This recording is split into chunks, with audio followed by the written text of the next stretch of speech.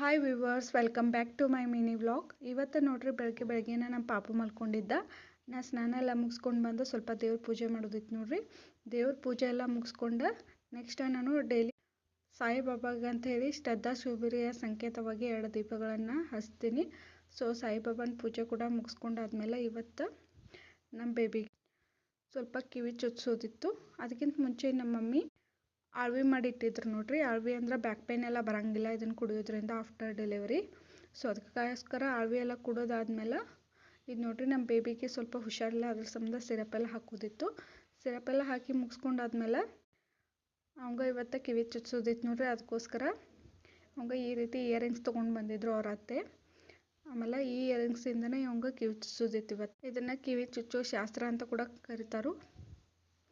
ಈ ರೀತಿ ಚುಚ್ಚೋರು ಬಂದಿದ್ರು ನೋಡ್ರಿ, ಅಂದ್ರೆ ಗೋಲ್ಡ್ ಅಂಗಡಿಯವರು. ಅವರು ಈ ರೀತಿ ನಮ್ಮ ಮನೆ ಹತ್ರ ಇರೋದ್ರಿಂದ ಅವರು ಬಂದಿದ್ರು. ಈ ರೀತಿ ಬಂದ ಕಿವಿ ಚುಚ್ಚಿದ್ರು ಅವರನ್ನ 2 ಸೈಡ. ಅವ ಮಾತ್ರ ಭಾಳ ಅಳಾಕತ್ತಿದ್ ನೋಡ್ರಿ.